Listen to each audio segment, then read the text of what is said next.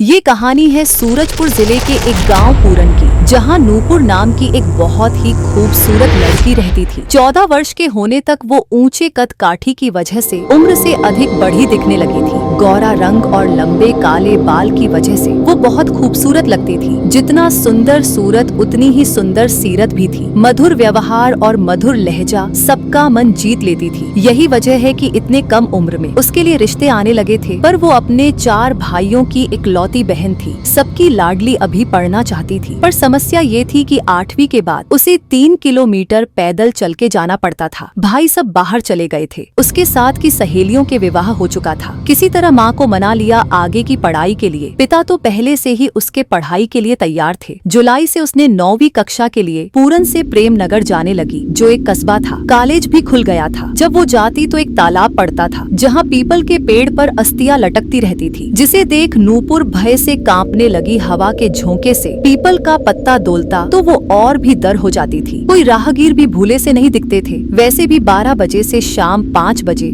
School का समय रहता। इस वक्त लोग घर पर या खेत पर रहते। पीपल के पेड़ के सामने श्मशान घाट भी था। उसे भय लगता, वो वहाँ से दौड़कर आगे निकल जाती थी। आगे कुछ दूर पर फिर एक तालाब मिलता, पर वहाँ जाकर उसे भय नहीं लगता था। पता नहीं क्यों नूपुर को आगे के तालाब के पास ऐसा लगता जैसे यहाँ चहल पहल है। चलते समय पेड़ से निकलने वाली आवाज भी सुनाई देती, पर कभी वो पलटकर नहीं देखती थी। उसका उसूल था पलटकर नहीं देखना। एक रोज उसके पिताजी ने पूछा, बेटा पढ़ाई कैसी चल रही है, कोई परेशानी तो नहीं? नूपुर ने कहा, कोई दिक्कत नहीं पापा, पर रास्ते में श्मशान घाट पड़ता है, बस वही डर लगता है। तो जब भी श्मशान घाट से निकलो तो उस जगह को प्रणाम किया करो। कोई चिता जलती दिखे तो भी हाथ जोड़कर उस मरे हुए की शांति के लिए प्रार्थना किया करो। फिर कोई डर नहीं। यही जीवन का सच है मेरे बच्चे, और सबकी मंजिल भी यही। एक दिन तो सभी को यहाँ तक पहुँचना ही पड़ता है। कभी डरना नहीं, जो मर चुका उससे कैसा डर। हाँ पापा आप सही कह रहे हो। अगले दिन नूपुर फिर स्कूल के लिए निकली तो श्मशान घाट पर चिता धू धू कर जल रही थी। वो रुकी और प्रणाम किया। वो सोचने लगी, पापा ने सच ही कहा, आज मुझे कोई डर नहीं लग रहा है। कुछ आधा किलोमीटर आगे बढ़ी तो फिर दूसरा तालाब मिला।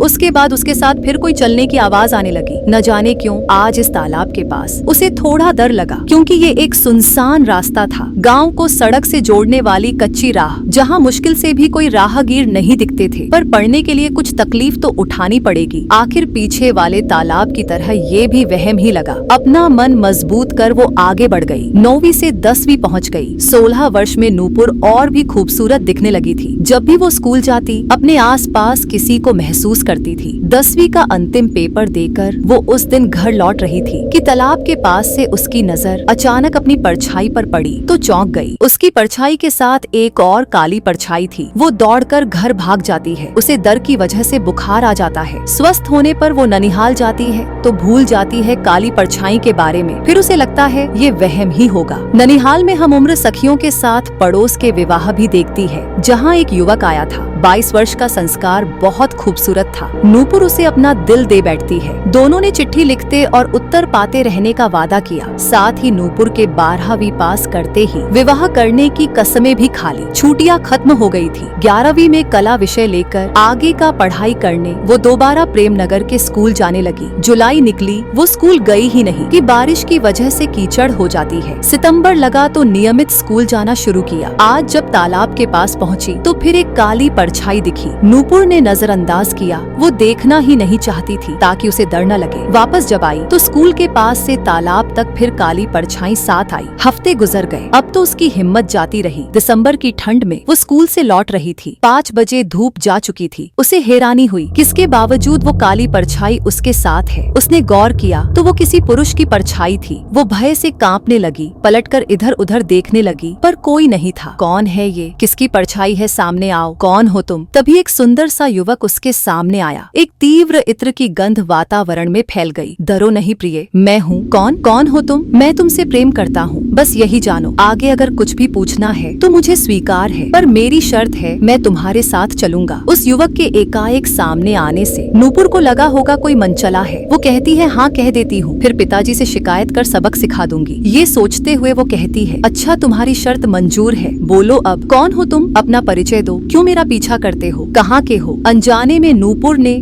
उस युवक को निमंत्रण दे दिया साथ चलने को। वो कहता है, मैं यही तालाब में डूब के मरा था, सलीम नाम है मेरा, तुमसे मोहब्बत करता हूँ। जब से तुम इस राह से जा रही हो तब से तुम्हारे साथ स्कूल तक गया, फिर वापस यहाँ तक आता हूँ। जब तुम नहीं आती तो तड़प जाता हूँ। नूपुर मैं तुम्हारे साथ रहूंगा या तुम्हें साथ ले जाऊंगा, मैं कोई इंसान नहीं जिन हूँ। कहते हुए वो हवा में लहराने लगा। नूपुर बेहोश होकर गिर गई। अगले दिन उसे होश आता है। 2 वर्ष बीत जाते हैं। ये वो जिन नूपुर के कभी आस पास तो कभी उसके शरीर में प्रवेश कर जाता था, अब नूपुर के जीवन में बहुत कुछ बदलाव आ गया था। वो खूब सुंदर व इत्र लगाती, पहनावे व श्रृंगार करती। वो जिन वैसे उसे तंग नहीं करता था। नूपुर तो जैसे होश में ही नहीं रहती थी। घर में नूपुर का बदला स्वभाव तो महसूस हुआ, पर किसी ने नहीं सोचा था कि जिन का साया होगा। इधर संस्कार 2 वर्ष से नूपुर का पत्र नहीं आने से वो उसके लिए बेचैन हो गया। वो अपने पिता को रिश्ते के लिए भेजता है। संस्कार भी मिलने जाना चाहता था, तब उसकी माँ ने मना कर दिया कि अभी नहीं, अब जब तय हो जाएगा तभी मिलना। संस्कार मान जाता है। इधर रिश्ता तय होता है तो वो जिन नूपुर से कहता है कि तुम धोखा दे हो मुझे, मैं तुमसे प्रेम करता हूँ, तुम किसी और की नहीं हो सकती। वो नूपुर के शरीर में प्रवेश कर जाता है। पूरे घर में कोहराम मच जाता है। वो कभी हवा में लहराती तो कभी छत की मुंडेर पर चलती, कभी पुरुष की आवाज में जोर से हंस। घर के लोग बैगा को दिखाते हैं तो पता चलता है कि एक जिन का साया है, किसी तांत्रिक को दिखाओ। नूपुर के पिताजी को समझ नहीं आता कि क्या करे। तभी संस्कार मिलने आता है। उसे कोई कुछ नहीं बताता। वो नूपुर से मिलने जाता है तो उसकी चढ़ी हुई लाल आंखें, तीव्र इत्र की गंध से संस्कार को बेचैनी होने लगती है। वो कहता है, नूपुर ये क्या है, इतना इत्र कब से लगाने लगी और तबीयत ठीक नहीं है क्या? कहते हुए वो नूपुर के कंधे पर हाथ रखता है कि एक तेज झटका संस्कार को लगता है। वो दीवार से टकराता है, सर फुट जाता है। उसके बाद नूपुर बाल बिखरे हुए शरीर पर सर पटकने लगती है। वो जिन नूपुर के शरीर से बोलता है, धोखेबाज तू सिर्फ मेरी है और किसी की नहीं। मैंने तुझे कभी कोई तकलीफ नहीं दी, पर अब मैं तुझे साथ ले जाऊंगा। कहते हुए नूपुर का शरीर हवा में तैरने लगता है। संस्कार नीचे आता है और उसकी हालत देख नूपुर के पिताजी क्षमा मांगते हैं। उन्हें यकीन हो जाता है कि अब नूपुर से कोई विवाह नहीं करेगा। वो रोते हुए बैठ जाते हैं। संस्कार भी कहाँ हार मानने वाला था। वो किसी अच्छे तांत्रिक को ढूंढने निकल जाता है। तभी नूपुर का शरीर भी हवा में लहराता है। वो बेहोश थी। कमरे में शॉर्ट सर्किट होता है और भयानक आग लग जाती है। संस्कार कुछ ही कदम चल पाया था और नूपुर की आत्मा जिस्म छोड़ देती है। ये विचित्र शक्तियों से मुकाबला इंसान के बस का नहीं होता। कोई नहीं जानता कि नूपुर की अचानक मृत्यु कैसे हुई।